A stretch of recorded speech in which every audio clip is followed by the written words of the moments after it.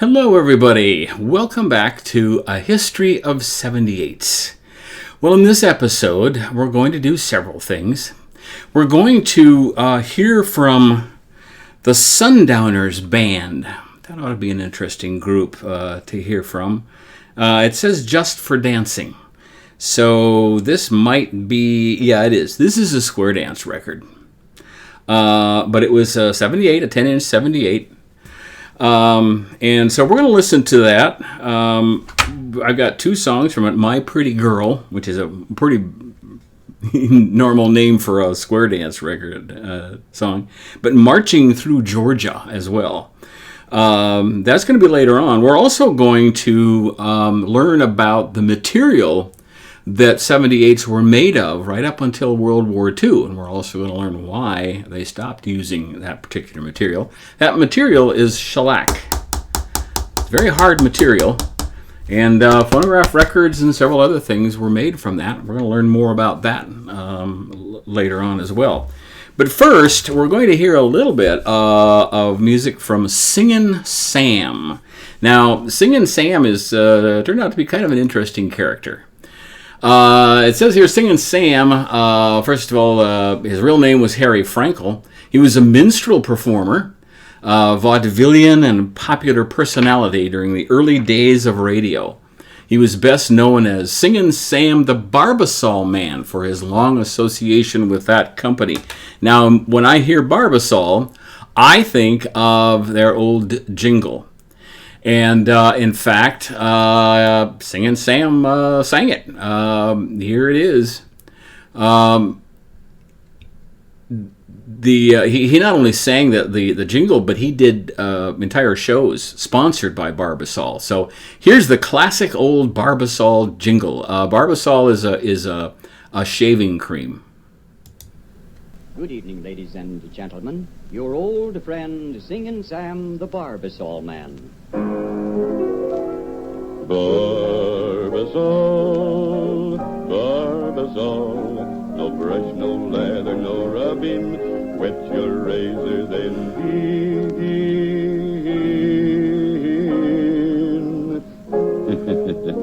Good evening, folks. How y'all this evening? Yes, this is your old friend Singin' Sam the Barbasol Man, coming to you from out Indianapolis way, the home of good old Barbasol.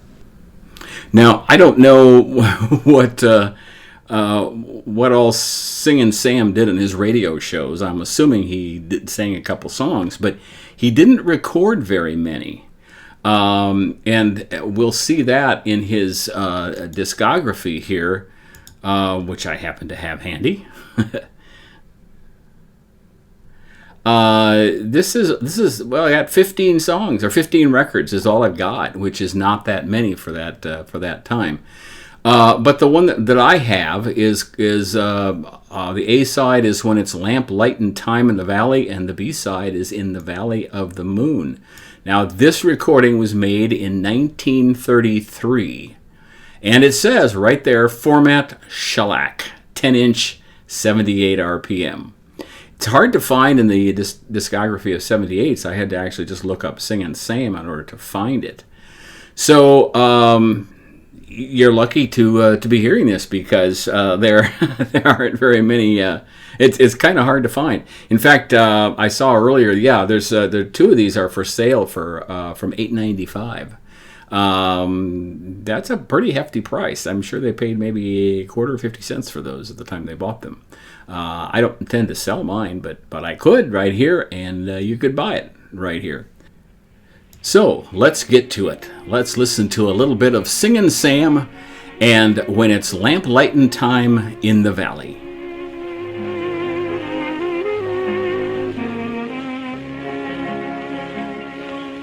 There's a lamp shining bright in a cabin. In the window it's shining for me, and I know that my mother is praying for the boy she is longing to see.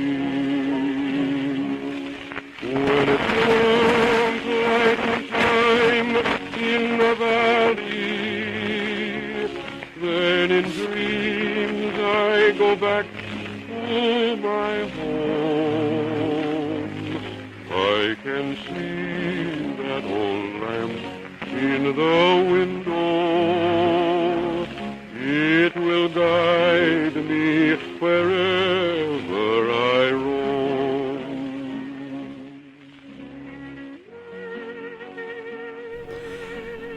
Thank you, Sam. Kind of a standard record for the time. Just a nice song with a nice baritone voice and some instrumental. It says the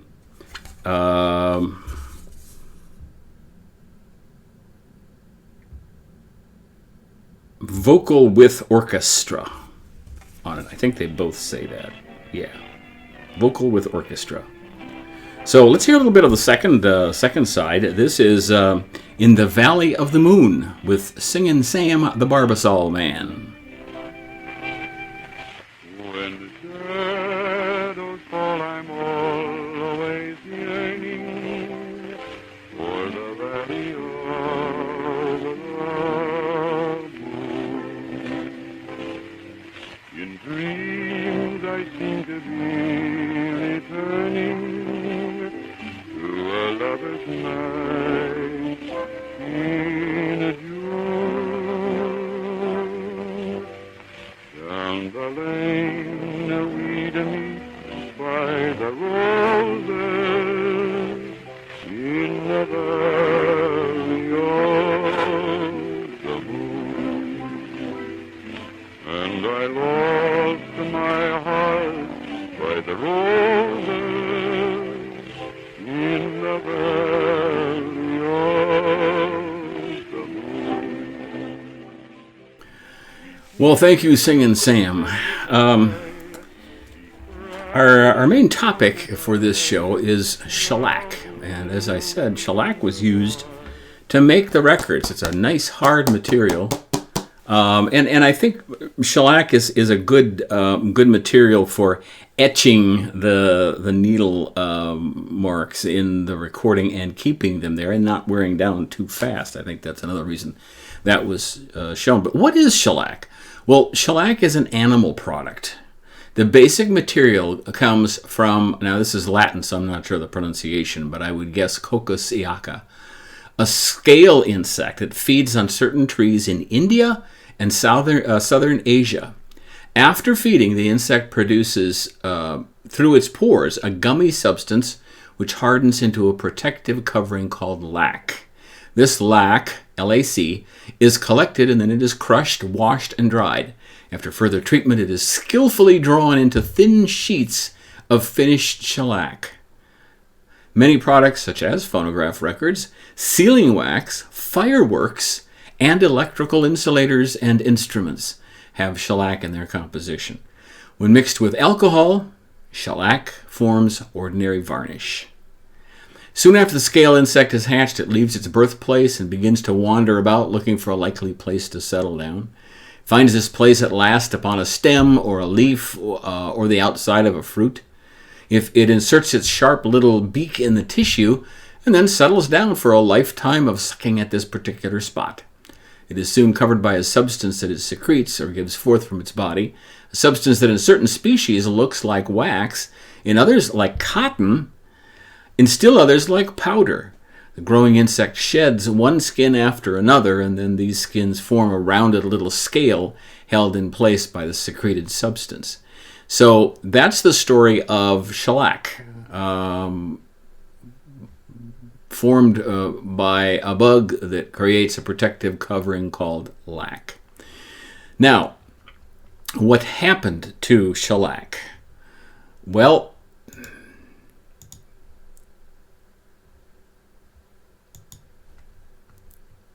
shellac was hard to get during World War II. And so they knew about vinyl because it had lower playback noise. During and after World War II, when shellac supplies were extremely limited, some 78 RPM records were pressed in vinyl instead of shellac, particularly the 6-minute 12-inch 78 RPM records produced by V-Disc for distribution to U.S. troops in World War II. In 1939, Columbia Records continued development of the technology, and in 1948, the long play 33 1/3 micro groove record was introduced at a dramatic New York press conference, and that was a vinyl record. So it really was the long play 33 1/3 album that marked the end of the use of shellac. But all of these records that I have are shellac, at least that I've run across so far. Now, it's time to turn to the Sundowners Band.